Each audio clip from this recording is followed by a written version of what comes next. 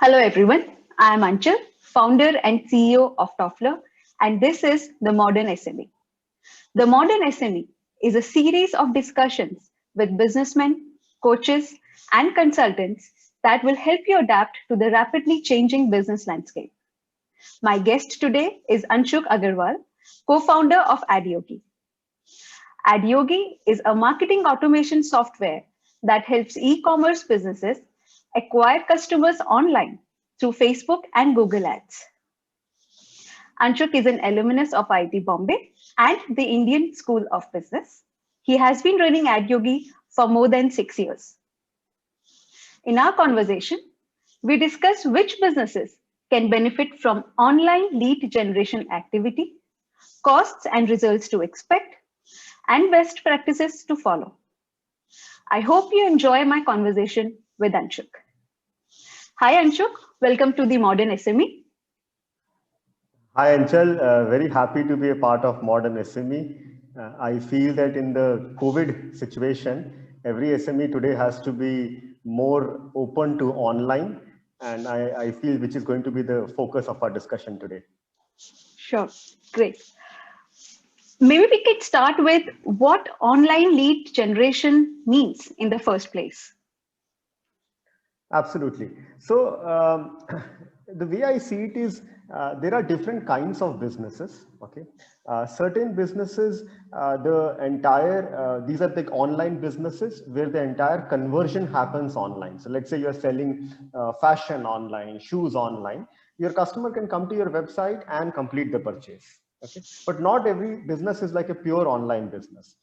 There are many businesses where the actual conversion happens offline, which means the customer needs to visit your site to buy a property. The customer needs to visit your school to enroll an admission. They need to visit your restaurant. They need to visit your gym or spa. So in those cases, when we are doing an online marketing, you need some connection to get the customer from the online world to the offline world. And the way that happens today is via lead generation, where you actually show an ad to the customer on platforms like Facebook and Google. The customer comes to your website or landing page, gives their phone number and email ID, and then you contact the customer on email and phone and get them to your offline world. So online lead generation is for businesses where the actual conversion or the purchase or the customer interaction happens offline.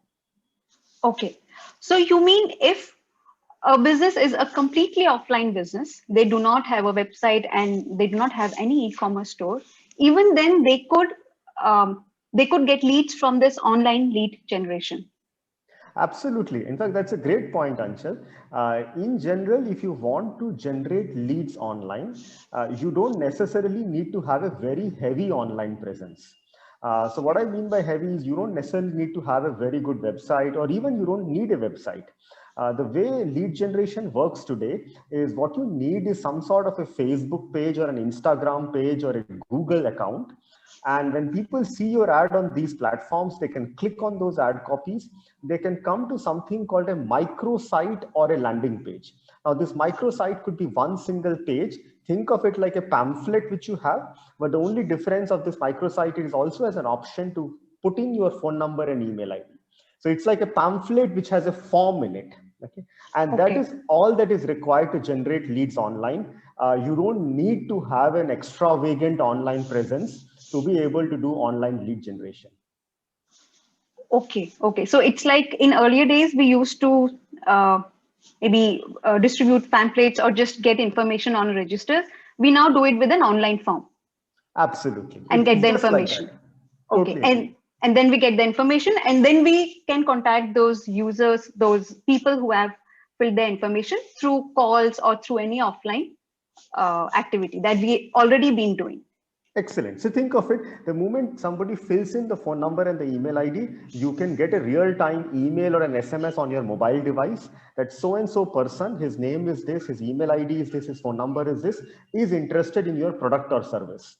And you can just call back the customer and you can ask that person to visit your site. By site, I mean your offline site, and complete the purchase. Okay. And which businesses you think would benefit the most from this kind of activity? So there are a lot of businesses. I'll give you a few examples. If you are a real estate developer and you are selling, let's say, houses, okay, either commercial property or let's say individual residences, then you can benefit from it. Similarly, if you are Okay. in education industry and you have a school, college, you probably have a kindergarten where you want to enroll students and kids, then lead generation can help you. Similarly, for a spa, for a saloon, for a gym, if you want people to enroll into your, come into your spa or saloon or gym, then you can use lead generation. You can also use lead generation for services business. Let's say, for example, you are a chartered accountant, okay, or you are an Sure. architect. You could also be a doctor. If you have your own clinic, you have your hospital, you have a pathology lab. In those cases also, you can use lead generation. Okay. Okay. And at what point should I decide that, okay, let me go for a lead generation activity? Right. So typically, whether it is lead generation or any sort of a paid marketing, usually it has to be done once you have got a good product market fit, which means you're already Okay. operational, you have a running business, you have your first set of 50 or 100 customers who are already coming to your business. You've been running for, let's say, 2 to 3 months already at least, right? And you decide that now I want to scale my business. I can probably accept another 100 customers or 200 customers. My feedback of my product or service is good. I have a good repeat purchase. This might be a good time for you to Okay. start getting customers online. Okay. Okay.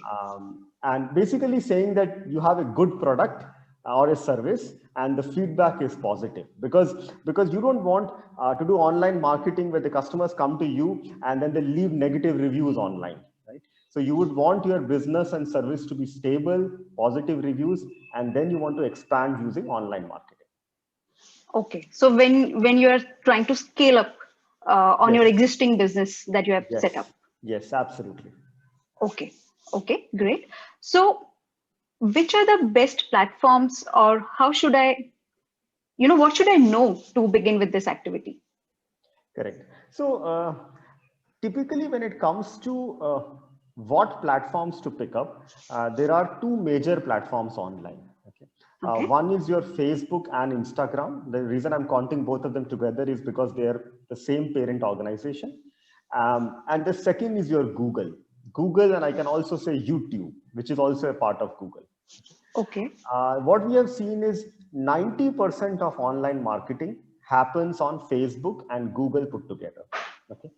Okay. So if you're a business starting online, these are the only two platforms you should be thinking about. Okay. Facebook and Google. Facebook and Google. And Facebook includes Instagram, Google includes YouTube. Okay. Now the question is, which one do you start with? Because I understand that when a business is starting, they have limited resources. They may not have infinite resources or budget to start both of them. Okay. So which is where you should just ask yourself the simple question that are your customers searching for your products or services, which means you sort of have an intent sort of a platform or business, or do your customers come to you impulsively? Okay. And Okay. I'll give you an example. So let's say, for example, if you are a CA or an architect, then chances are your customers are searching for you. Okay. Yes. In that case, Google will be the right platform for you. Okay. Okay. On the contrary, if you are like a gym, right? Gym sometimes becomes impulsive. You see a very good offer nearby gym, you pretty much think, okay, I'm going to start gym from tomorrow onwards. Not many people might be actively searching for a gym. Okay. So if you are a business like gym, or let's say you have a full body checkup, let's say you're a pathology lab. Now, people need not necessarily search for a full body checkup. Sometimes they just see an ad and they feel, oh, I haven't done my full body checkup. Let me just go to the pathology lab. Right? So Okay. for those businesses, Facebook and Instagram might be the right platform. Okay. Okay. And if I want to get started with this activity, what is the minimum budget and time that I should allocate to just experiment with this, just to get a feel of? Correct. So online marketing usually takes a little bit of time to set up.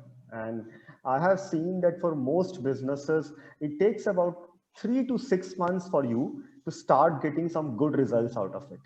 So the Okay. first thing I would recommend every business is to plan for at least a 3-month period.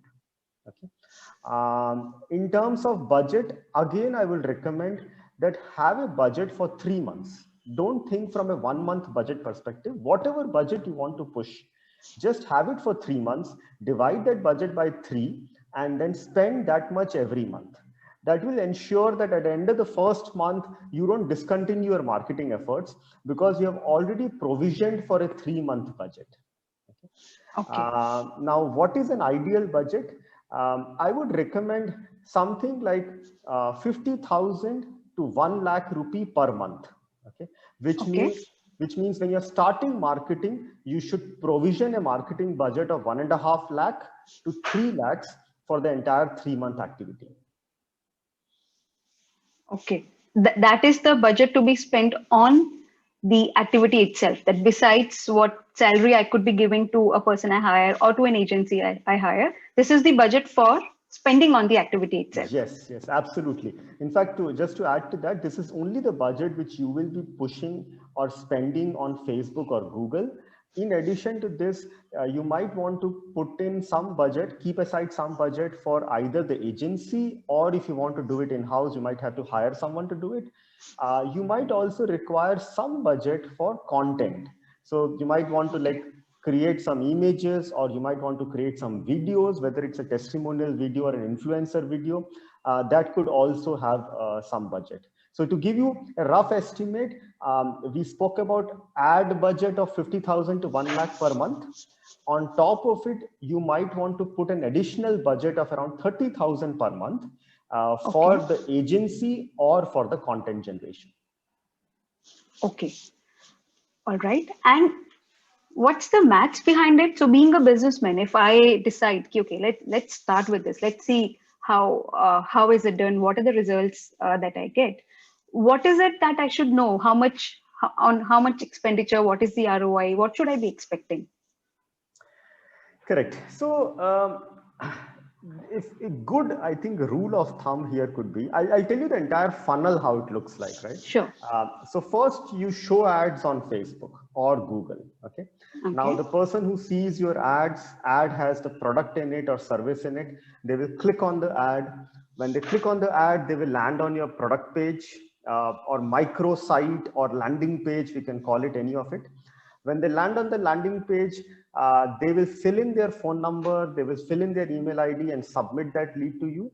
Once you get that lead, which is a phone number and email ID, you might call up the business, and the business might or might not be very interested in your product or service. So a small percentage of them will eventually buy from you.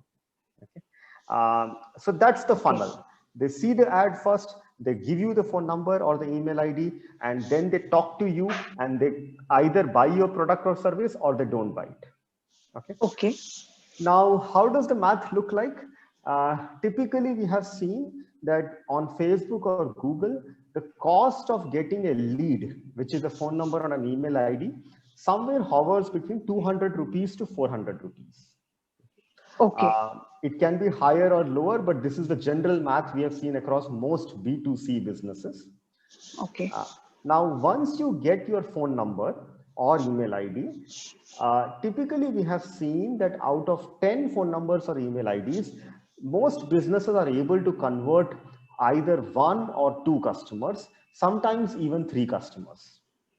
Okay. Which means a conversion rate after lead of around 10 to 20%. Yeah. Right? 10 to 30%. So imagine if your cost of lead is, let's say, 300, which is between 200 to 400, and out of 10 customers, you're able to convert 2 customers, 10 leads, you're able to convert 2 customers, your customer acquisition cost will come to around 1,500 rupees. Okay.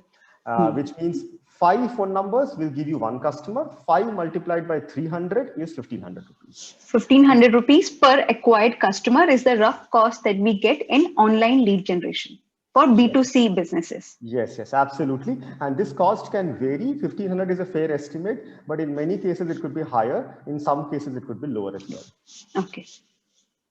Okay.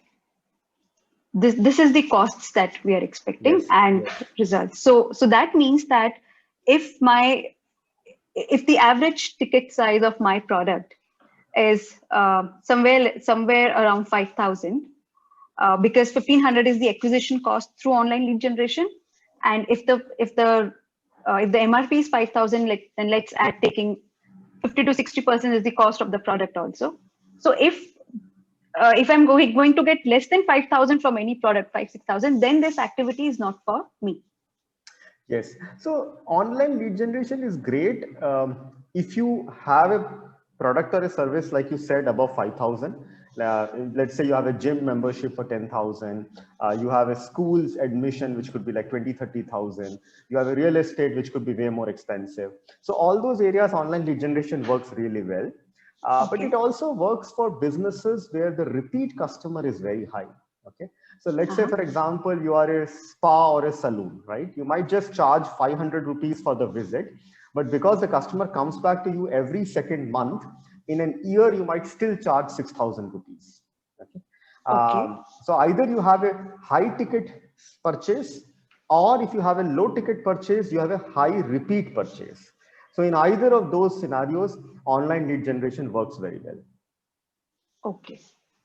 And this is for B2C Yes. businesses where retail selling is involved.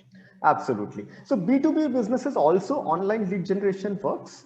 In fact, B2B business online lead generation is the most common acquisition mechanism.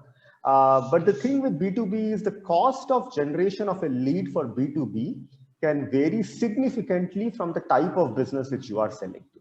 Let's say, for example, for AdYogi, for me, my customer is marketing heads of e-commerce companies. And to generate a contact from a marketing head of e-commerce company, it could be significantly more expensive. So the numbers which we spoke about today are applicable for B2C because your end customer is a significant customer base. In case of B2B, your end customers are very narrow and niche. Okay. And what would you say is the uncertain element here that I should be aware of? That why, with all this mathematics, how could this activity not work the way we expect? Right. So there are a few uncertain elements. Okay. Number one is when you are advertising on Facebook and Google, you will have to figure out what top sort of a creative works for me. Okay. And I'll give you an example. A lot of times, the service or the product which you are selling might be slightly complex. Okay. It may not be as simple as selling a t-shirt, right? If you're selling a t-shirt, then you just show an image of the t-shirt and the person knows it's an orange t-shirt, it's a collarless t-shirt. You don't have to explain a t-shirt, right? Yeah. But if I am a chartered accountant, right, or if I'm an architect, I'll have to really tell them, look, what is so unique about me, okay, or what is so unique about my school, which is where what figured out is you need to identify what creative works for you. Is it an image sort of a creative, or is it a video creative? Because a lot of Okay. businesses we have seen might benefit better from video creatives. Okay? Okay. That's the first element. Does image work for you or does video work for you? Okay. The second uncertain element which we have seen is when you get contacts or phone numbers, okay, sometimes you end up getting a lot of junk contacts, okay, where you just call them up and they say, look, we are not interested, we cannot afford your product, it's too expensive, we are in a different city altogether. Let's say you are a school in Gurgaon and somebody picks up a phone and says, I'm in Chandigarh, he is not going to be your customer, right? So when you are generating phone numbers, contacts, you have to pre-qualify your audience. Okay? I'll tell you what I mean by pre-qualifying the audience. Your ad copy should clearly talk about what is the price of admission for your school, what is the subscription amount for your gym. Okay. Okay. The second is it should clearly mention the location.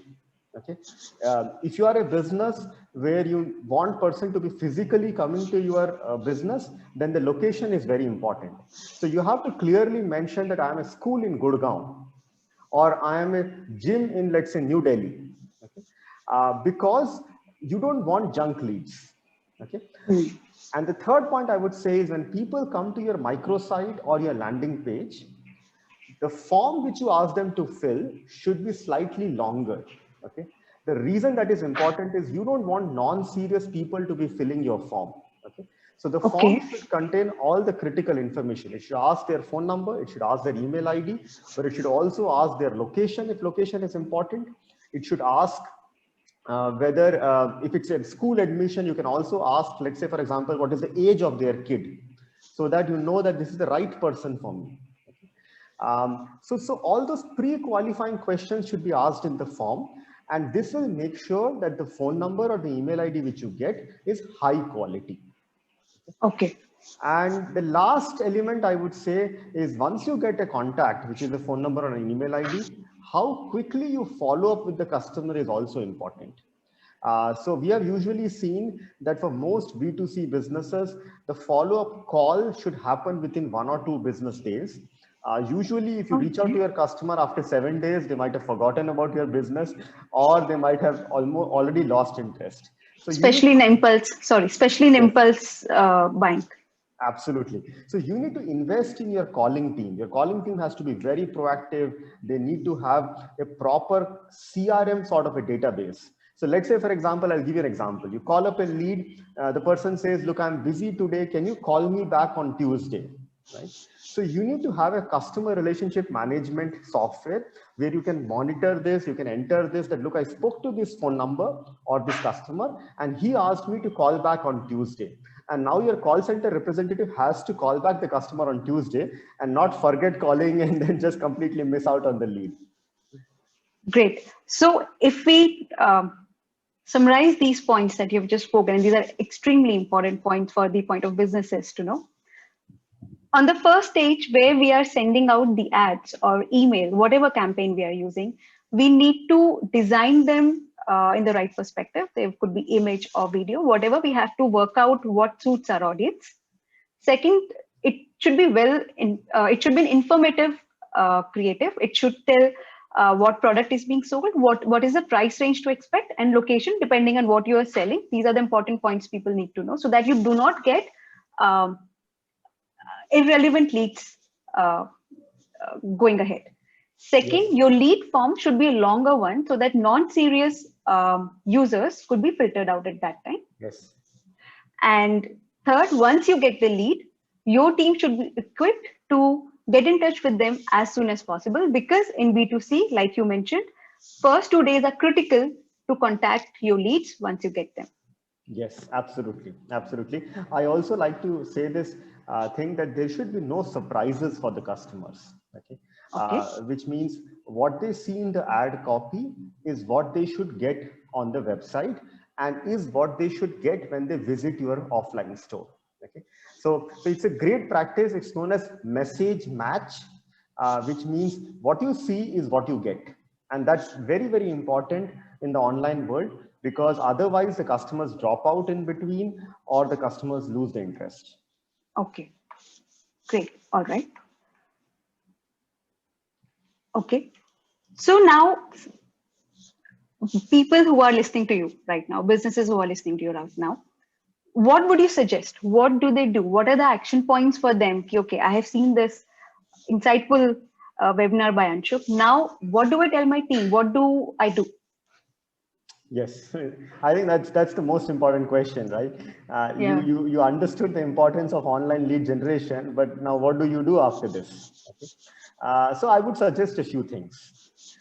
Number one, you should first figure out that are you at the right stage to be running lead generation, which means you have a stable business, you have got product market fit, and you are now ready for scale.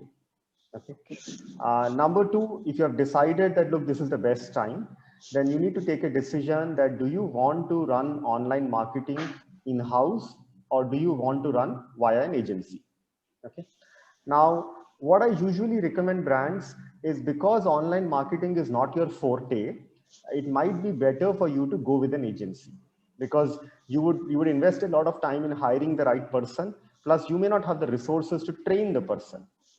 So if you decide to go with an agency, you should figure out what sort of an agency you want to go with.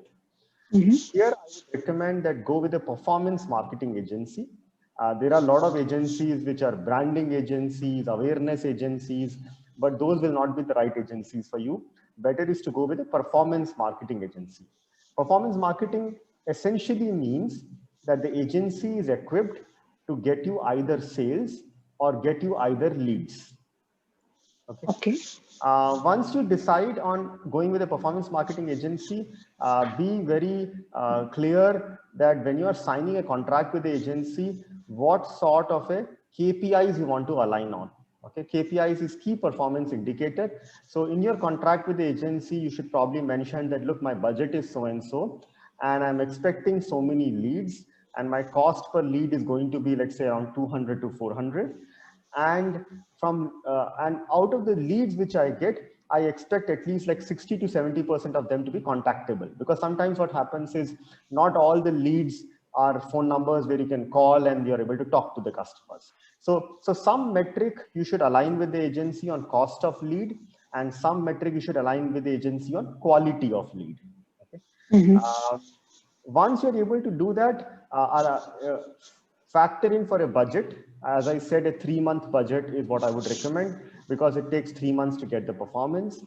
And the next I would say is you'll have to put in place a mechanism that once the agency delivers you some phone numbers, you should have a calling representative to call the phone number as much as possible in 1 to 2 business working days. And you should also invest in having a CRM system. A CRM is customer relationship management system. As much as possible, try that the agency can plug in your phone number directly into your CRM system, so that those phone numbers are not lost, and your calling representative can update the comments in the CRM system. The reason that is important is a lot of times the customers say that I'm not interested today, but I'll come back to you in a month's time. So your calling representative should be able to record that information somewhere in your systems. Okay. So that, I would say, is in a nutshell what you need to do. You will also have to figure out how to get your microsite created. Again, your agency can help you do that. There are tools online to help you create microsites. There is one tool called as Unbounce, which is a very nice tool. It charges you around, let's say, $100 a month, and it will help you create a very nice microsite.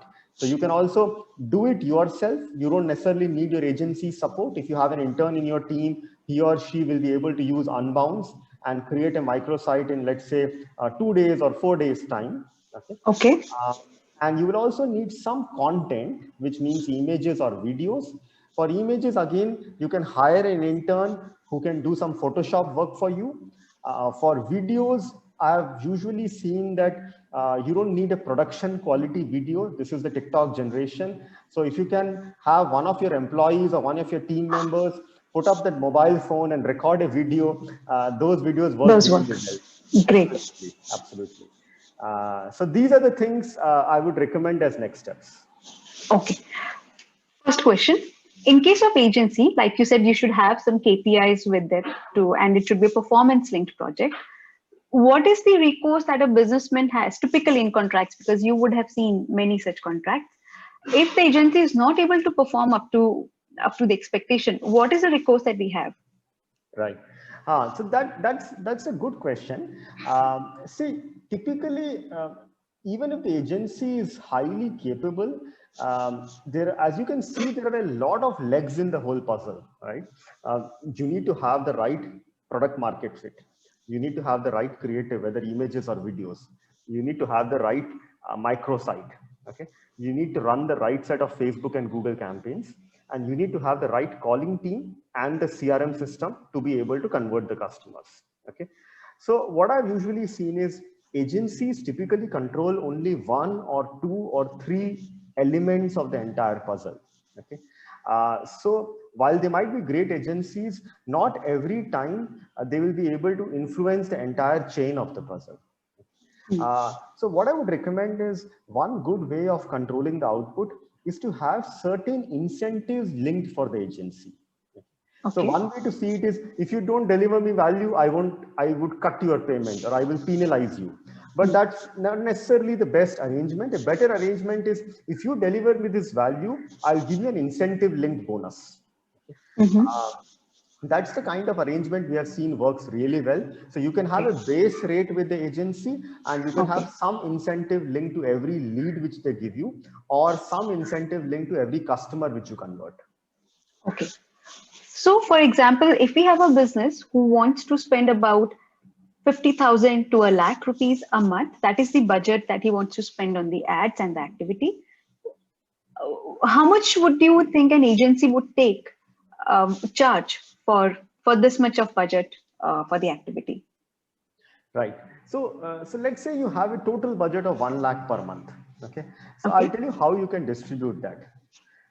So firstly, 10,000 you should keep aside for creatives. Okay. Okay. This could be either videos, this could be either images. So this 10,000 can be invested into getting high quality creatives. Okay. The next 10,000 can be invested for your microsite. So you can have an Unbound subscription or a Wix subscription or any platform which will help you create a nice single page website. I would call it as microsite or landing page for all your ads. Okay. 50,000 is the budget which you should be keeping aside for Facebook and Google. Typically, the way it works is the brand directly pays to Facebook and Google. Agency just charges a commission for handling the budget. Okay. Now coming to agency commission, agencies typically charge a percentage of ad spend. Okay. The general consensus in the market is around 10% or 10 to 15% of ad spend. But most agencies have a lower cap, which means that if you're spending, let's say 50,000 per month, they will not be charging 5,000, which is a 10% of 50,000. Typical agencies have a lower cap of either 20,000 or 30,000. Okay. So generally at lower spends, you might feel that the agency commission is quite high, but as you scale the business, the commission as a percentage comes down. So in this case, I would say if factor in like a 20,000 or a 30,000 as the agency commission. And like I said, 50,000 for ads, 10,000 for creative, and 10,000 for landing page. Okay. All right. So at low budgets, the amount that you're spending on the ads, about same amount to be spent on agency and creatives together. Yes. And that sort of a 50-50 split in your activity. All right. And I understand that agency route is a good route to go ahead with, especially if you do not have any knowledge about creatives or ads and what are the right words to use and all. But still, if a business do want to try in-house activity, what kind of person would you suggest they should hire, they should be looking for, and what would be the expected salary of that person? Right. So in this case, I would recommend that you should go for someone who has, let's say, 1 year or 2 years of experience. The reason I'm saying this is because your budget is just starting up. Okay. You don't want a very experienced marketer because you might end up paying more money as salary than what you're spending on ads. Sure. Similarly, I would not recommend going for a fresh college graduate, purely because you may not have the skill set or the knowledge base to train this person, because you're also doing online marketing for the first time. So you may not be able to help the person set up the Facebook and Google campaigns. So best is to hire someone who has 1 year or 2 year experience. They will come at a salary cost of, let's say, around 30 to 40,000 per month, maybe lesser, maybe slightly higher. And because they have 1 to 2 year experience, they would be able to set up the campaigns once they join you. Now, point to note here is during the interview process, you should definitely make sure that this person has done performance marketing, which means they are, sometimes what happens is some of these people might have done only brand marketing, only awareness marketing, in which case they may not be the best fit for your requirement. You would want to focus on people who have done performance marketing, so that they have a little bit of idea of lead generation or online sale generation, either of the two. Okay. All right. So this is how a businessman could start with experimenting what's online lead generation activity. Correct, absolutely. And generally what I would suggest is, let's say, if you're hiring someone in-house, the benefit which you also get is you will be able to experiment a lot more because the person is like with you all the time. Typically with an agency, it depends on how much of a bandwidth they are able to give to the business. So that's also one consideration with any brand can keep in mind when deciding to outsource versus keep it in-house. Okay. All right. Um, any other best practices that you would like to highlight at this time before they start? Any other thing they should Yeah. keep in mind? Yes, so one best practice which I think a lot of businesses often overlook is CRM marketing. Okay, I'll tell you Mhm. what CRM marketing is. So let's say, for example, you have been running ads for 5 months now. Okay, Okay. and we just spoke about that you will be able to generate, let's say, 300 leads per month at a cost of, let's say, 1 lakh rupees, hypothetically. Okay. So in a 5-month period, you have already generated 1,500 leads. Okay. Okay. So these are 1,500 people who have already shown interest in your brand. Okay. So a lot of times what happens is businesses focus a lot on getting more and more contacts, and they do not focus enough in using these 1,500 contacts and pushing them down the funnel. By say pushing them down the funnel, I mean making them purchase your product or service. Converting them. Converting them, right? So you should definitely put in place some systems on converting from leads to customers. Okay. So of course, one system is you get the lead, you call up the customer, but not every customer converts at that point in time, right? Hmm. Out of 10 customers, you might be able to convert 1 or 2 of them. But what about the remaining 8 leads? They are still sitting in your CRM system. So what I've seen is a lot of businesses are able to grow just by doing intelligent SMS marketing, email marketing, WhatsApp marketing on top of their existing CRM database. Okay. And that's Okay. one thing as a business you should definitely invest in, because over a period of time you will have bigger and bigger CRM, and these sort of email SMS marketing can give you very good returns. Okay.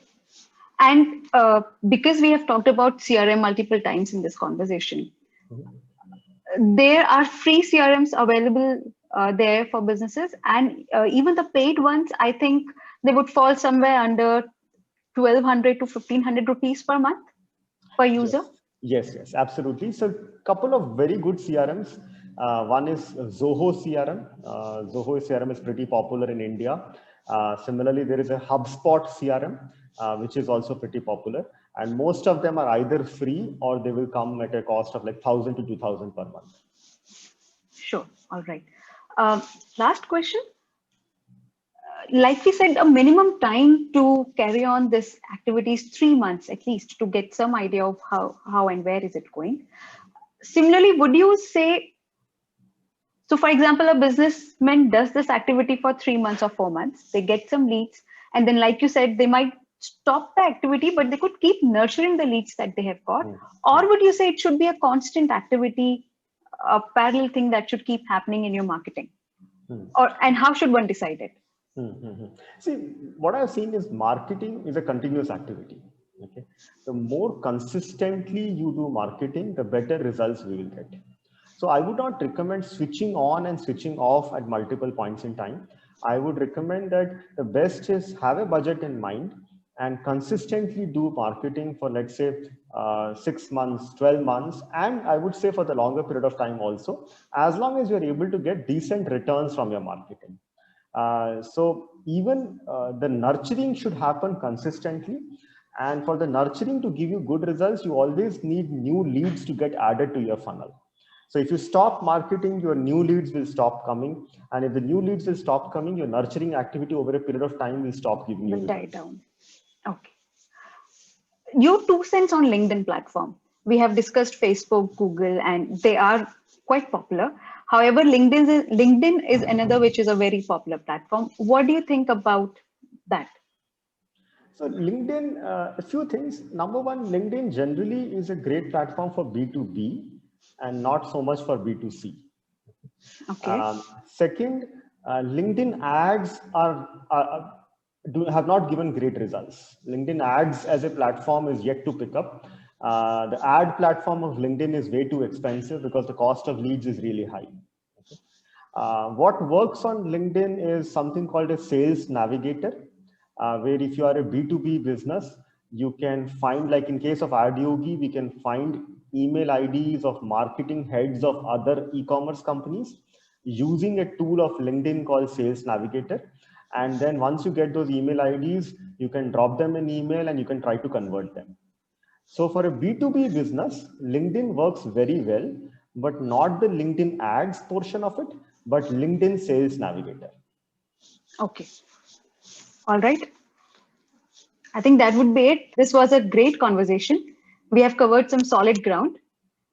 Before we end this conversation, I have a last question to ask you. What has surprised you most in the course of building your business? So that's an interesting question, Anchal. I would say that one big learning out of the last 6 years of building AdYogi for me has been that you just have to focus on getting the right people in your team.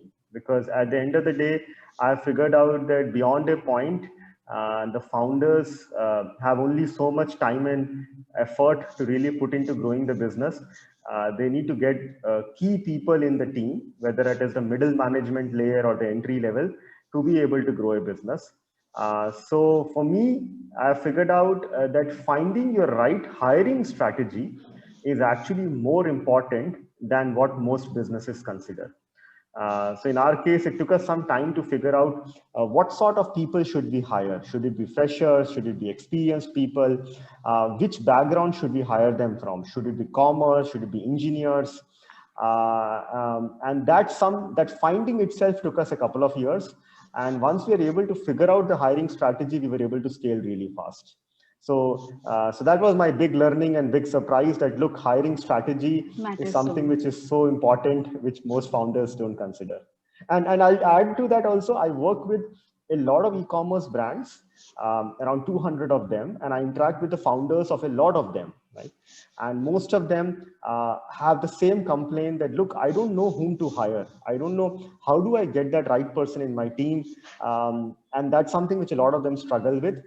My advice to them would be that, number one, try to put in place a more solid training mechanism. Okay? Because every time when you think about that, look, I want to get an experienced person, it's very hard to get experienced people. But if you have a solid training mechanism in-house, by training mechanism, I mean knowledge management portal, where you record all the findings of your business, some courses which you have probably bought from Udemy, or you have bought from, let's say, Facebook Blueprint, Google certifications, so that you can hire interns or hire entry-level graduates, run them through the training program, and then groom them to work with you. So campus recruitment is a great way. The only thing is you need to invest a little more in training them and grooming them. But if you're able to put in place that process, you will be able to hire very good talent. Okay. Thanks, Anshuk. That's a great answer. And thank you for doing this session with us. Super, very happy to be part of this, Anchal. And I do feel that the COVID actually act like a trigger for a lot of businesses to start thinking online more seriously. I feel this is a great time. If you haven't done online so far, this is the best time to be starting. I hope people are listening to you here. Thank you. Thank you.